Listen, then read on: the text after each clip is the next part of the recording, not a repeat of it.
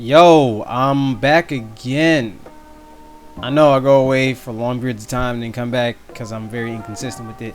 But if you follow my Twitch, I stream pretty much every single day, or I try to. So that's like the best way you can keep up on me. I'm still gonna be uploading videos here. I'm actually gonna start doing that a whole lot more. But if you read the title of the video, then you should already know what we're talking about right now, and that is E3 this year was kind of whack.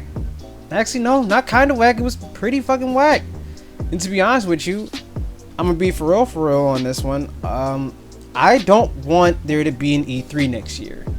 I'm still kind of debating whether or not I even want there to be E3 anymore after this year.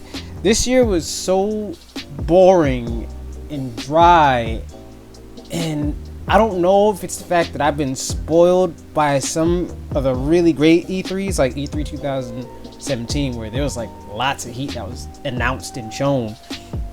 But I feel like the magic is worn off of E3 this year.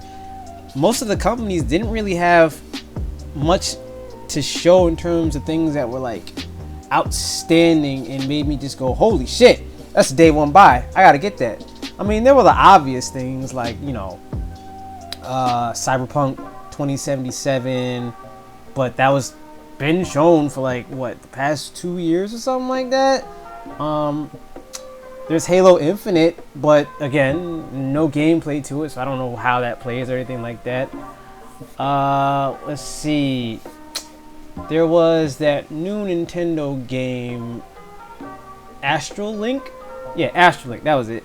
Astral Link, that's looking really cool, but like it didn't really get me excited. There's Damon Machina. That one looks cool too, but again, already seen that. Final Fantasy VII, the remake, that shit has me really hyped for that. But I'm very, very, very worried because they're talking about that game has 2 Blu-ray discs worth of content, but I'm also hearing in reports that that is going to be only in Midgar for the first installment of it, because I forgot it's going to be episodic. Not only that, but they haven't even written up what's going to be in it next. They haven't written up what's going to be the next episode, so they don't even know what they're going to do for that. That project right now has me incredibly worried about it, and I don't want that to be messed up, because anyone who knows me knows that I'm like a huge Final Fantasy VII fanboy. Now, don't get me wrong, I had played other Final Fantasies here and there, but like 7 was my thing that really made me love RPGs. And then after that, it was just like I had to consume a whole bunch of different RPGs, whether it was going back on SNES or further in the PlayStation and Nintendo 64 and things like that. But there was also the Avengers. That's another one on the list that I'm actually pretty interested in. And by the way, this is not reading off the script. This is all just top of the head, and I just felt like making it because E3 literally just ended. Well, it's over today. This is so bad that now like I can't remember most of the shit that was viewed that I was like, oh, that's really cool. Can't wait to see that. It's gonna be great. Oh, the new Star Wars game. That looks great. That looks fantastic. So I'm actually kinda cautiously excited about that one. It's got, Cameron Monaghan, right? The guy from Shameless and from Gotham. He's a really great actor, so I'm not too worried about that. But back on to why I feel this way.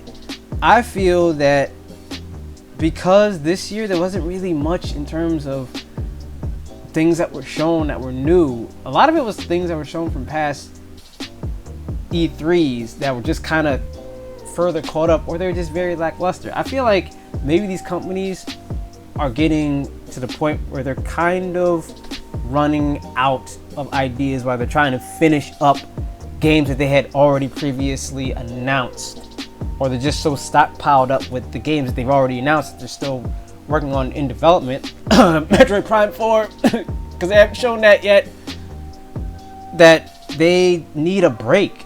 I think if maybe E3 at the very most, was bi-yearly, like, okay, next year we don't have an E3, and then the year after that we have an E3, I think that would be better in terms of presentation wise, because then that gives companies a whole year to work on their games, keep things kind of mum, kind of silent while still releasing things out here and there.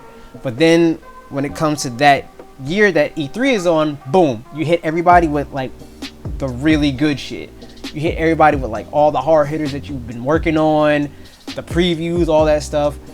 And honestly, I think that would make a more enjoyable E3. It's either that or just fucking end E3 altogether, because if the next E3 of 2020 is gonna be anything as boring as this one was, I'm just gonna stop watching E3 altogether, man. I really can't deal with it anymore.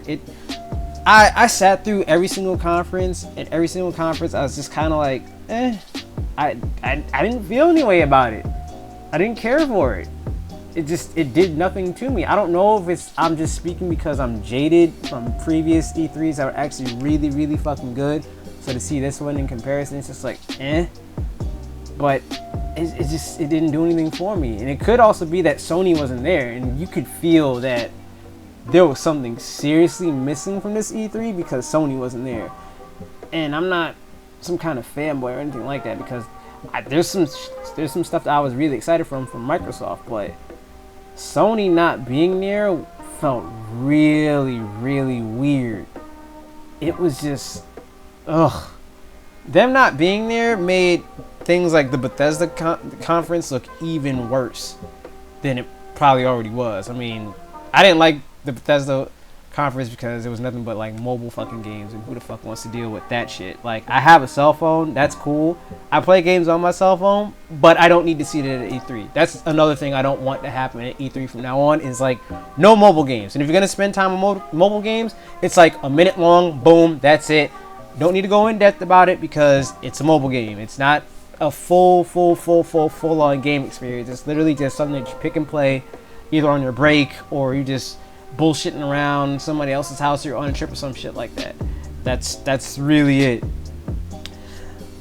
Anyway, this video is going on way too long, and I'm gonna see y'all in the next video. It's gonna be probably a whole lot more well detailed. I just want to share my opinions on E3.